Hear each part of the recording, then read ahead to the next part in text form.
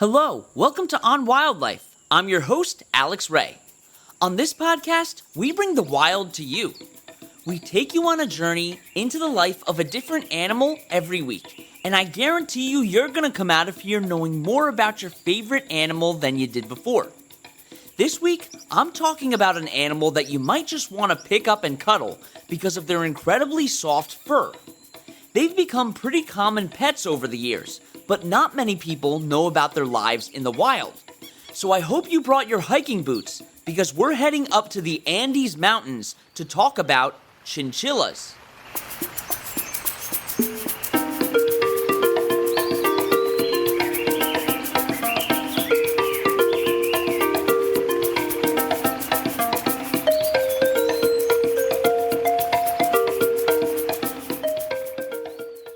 There are two species of chinchilla, Chinchilla lanigera and Chinchilla brevicaudata. They're commonly called the long-tailed and short-tailed chinchillas, respectively. And one of the best ways to tell them apart is by looking at the length of their tails. If you take apart their scientific name, you can see which one is which. Brevi means short, and caudata is basically a sciencey word that means tail. Chinchillas can get to be around 14 inches long and weigh a little over a pound, and long-tailed chinchillas can have tails around 6 inches long. While they look kind of like rabbits, they're actually most closely related to guinea pigs and porcupines. Chinchillas are native to South America, and in the past, they were very common along the whole western coastline. While they were originally widespread, they're now basically restricted to the countries of Bolivia, Peru, and Chile. And we'll talk about some of the problems that they're facing later on in the episode. Their preferred habitat is the rocky slopes of the Andes Mountains, between 9,000 and 15,000 feet in elevation. It's kind of an extreme environment, but they're really well adapted to it. First of all, it can get pretty chilly at those heights, but that's not a problem for chinchillas because they have some really dense fur. They have 80 hairs per follicle, and for comparison, humans have only 1 to 3 hairs per follicle. They have the densest hair of all land mammals. Only the sea otter beats them out for densest fur on Earth. Their fur can be around 1.5 inches long, and it's usually a grayish color, but they can also be white and brown. When animals have adaptations to keep a stable body temperature, it's called thermoregulation. They also have very strong hind legs that are useful for jumping and helping them navigate cliffs and rocky areas. They can jump up to 5 feet in the air. Although chinchillas live in a harsh environment, it's a relatively stable one, with similar conditions all year round. Because of this, chinchillas are not good at handling large temperature fluctuations, especially when it becomes too hot. Their fur is so dense that they're extremely prone to heat stroke if they're exposed to temperatures exceeding 77 degrees Fahrenheit. They're the happiest at around 53 degrees Fahrenheit, and chinchillas are nocturnal animals, meaning that they're mainly active at night. During the day, they stay in burrows or the spaces between rocks. Now, what do chinchillas eat? We'll find that out right after the break.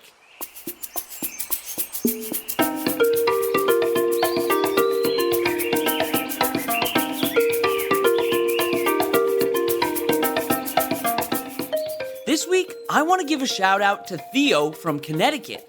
His favorite animal is a mouse. Did you know that in 1 year, a mouse can give birth to 35 babies?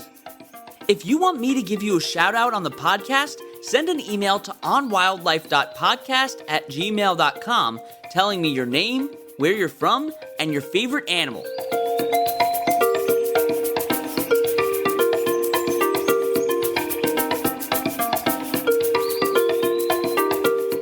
Now back to the episode. Chinchillas are strictly herbivorous animals, meaning that they only eat plants. They feed mainly on seeds and grass, but will also eat bark and succulent plants like bromeliads and cacti. The most common food for them is a plant called Chilean needlegrass. Their diets change seasonally as certain plants grow in different times of the year, and they have been observed eating 24 different species of plants. And even though they live in a very dry environment, they're also known to be pretty picky eaters. Although in the wild their diets change seasonally, if their diets are changed abruptly in captivity, they can become extremely sick. And it's pretty cute to watch them eat, because they'll sit on their hind legs and eat with their front paws. And what's really crazy is that in the wild, they don't drink any water.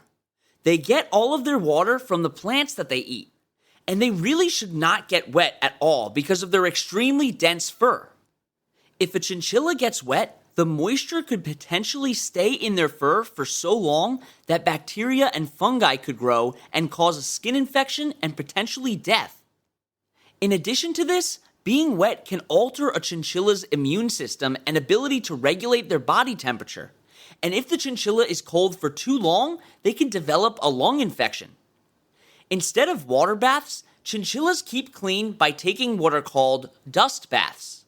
In the wild, the dust they roll in is made of volcanic ash, volcanic glass, and rock. These dust baths help disperse natural oils across their coat and skin and remove debris from their coat.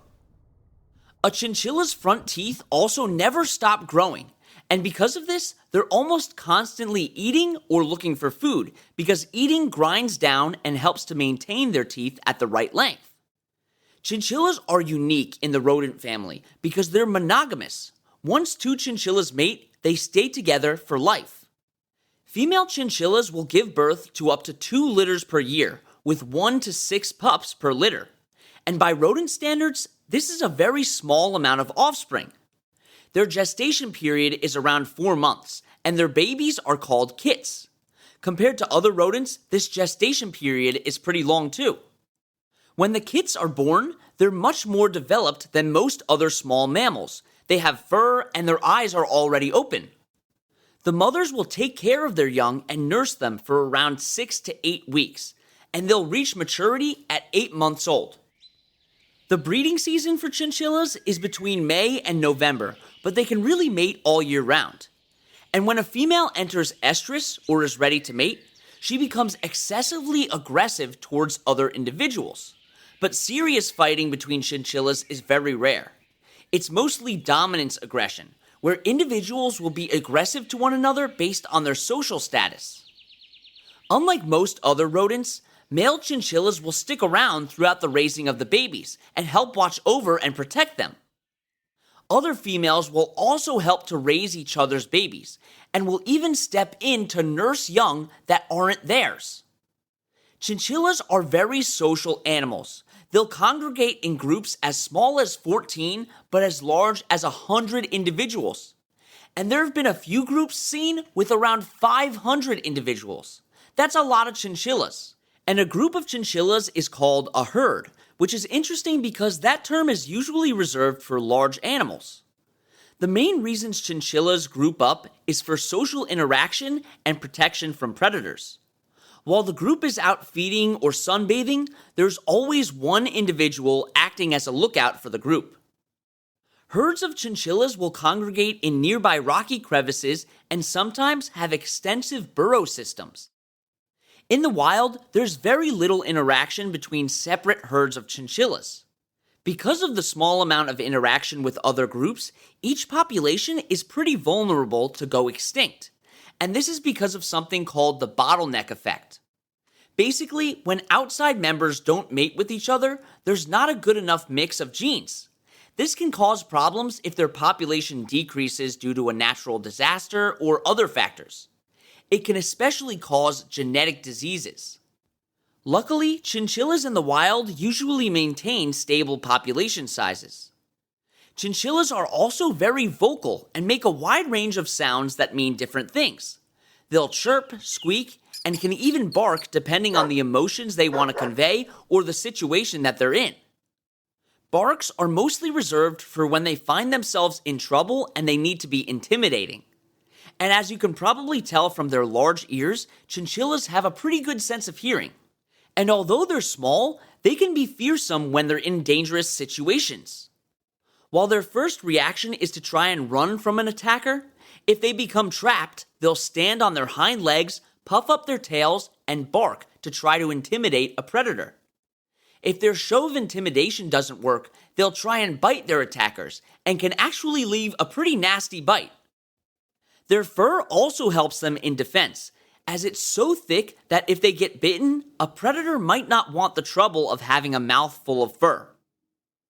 Okay, we're going to take our last break, but when we get back, we'll talk about the relationship that humans have with chinchillas.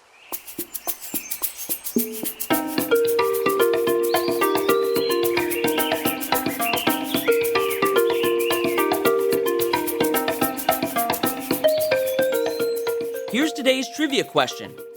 What is the world's oldest living individual animal?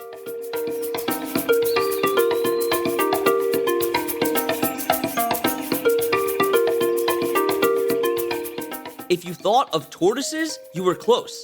It's actually a clam. The oldest animal that we know of was a clam named Ming, who lived to be 507 years old.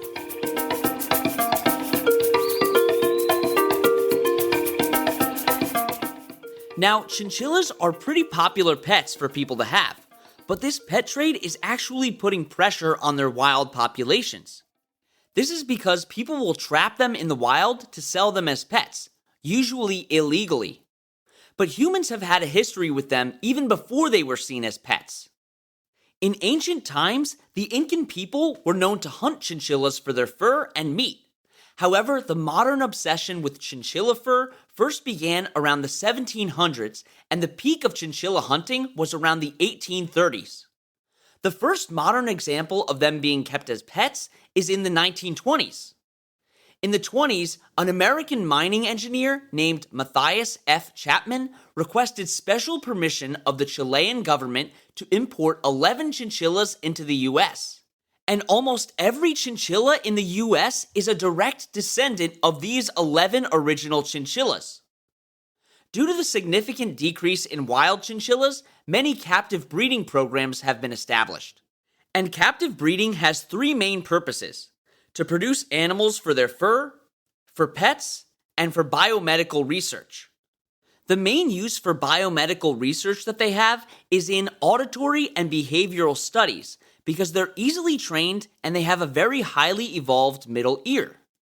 Their auditory range is very similar to a human's, which is why they're used for auditory studies. These captive breeding programs are not an effort in conservation and are strictly for commercial purposes. They just help mitigate the number of individuals taken from the wild. And people have tried to reintroduce captive bred chinchillas into the wild, but it's been extremely unsuccessful. All of the best conservation efforts for chinchillas lie in preserving their wild habitats and protecting the wild chinchillas that we have left. And breeding programs for chinchillas are not necessarily the most ethical programs either. Major fur-producing programs will keep chinchillas in the minimum possible space. Since females are aggressive towards each other, breeders will keep them tethered to a single enclosure that's connected to multiple other enclosures with other females. In this network, there will be one free-roaming male with access to all of the females. And even though they're not as popular as they were back in the day, fur coats are still a major problem. It takes 120 to 150 chinchillas to make a single chinchilla fur coat. So you can see how this amount can put intense pressure on wild populations. In the wild, at least currently because their population size is so small, chinchillas don't have the biggest impact on their ecosystems, but they still play an important role. The two most crucial roles they play are as prey for other animals and as seed dispersers.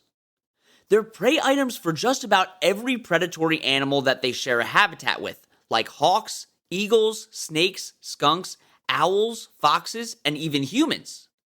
Two of their main predators are the Colpeo fox and the Magellan horned owl.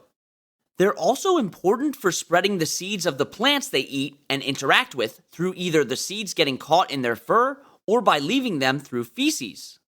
In the wild, both chinchilla species are endangered, and because of where they live, their conservation is extremely difficult. In the lower part of the range, there is an overburning and overharvesting of plants. People also clear their habitats so that they can make more farms and places for livestock to live. And there are only around 10,000 chinchillas left in the Chilean mountains. While there are many laws in place to protect chinchillas, like all other endangered animals, the laws are not really followed to the best that they can be. But there are some organizations that you can support that help wild chinchillas and their habitats. Some of these organizations are Save the Wild Chinchillas, the Nature Conservancy in Chile, and the Mountain Institute. Thank you so much for coming on this adventure with me as we explored the world of chinchillas. You can find the sources that we use for this podcast and links to organizations that we reference at onwildlife.org. You can also email us with any questions at onwildlife.podcast@gmail.com. And you can follow us on Instagram at on_wildlife or on TikTok at onwildlife. Don't forget to tune in next Wednesday for another awesome episode. And that's On Wildlife.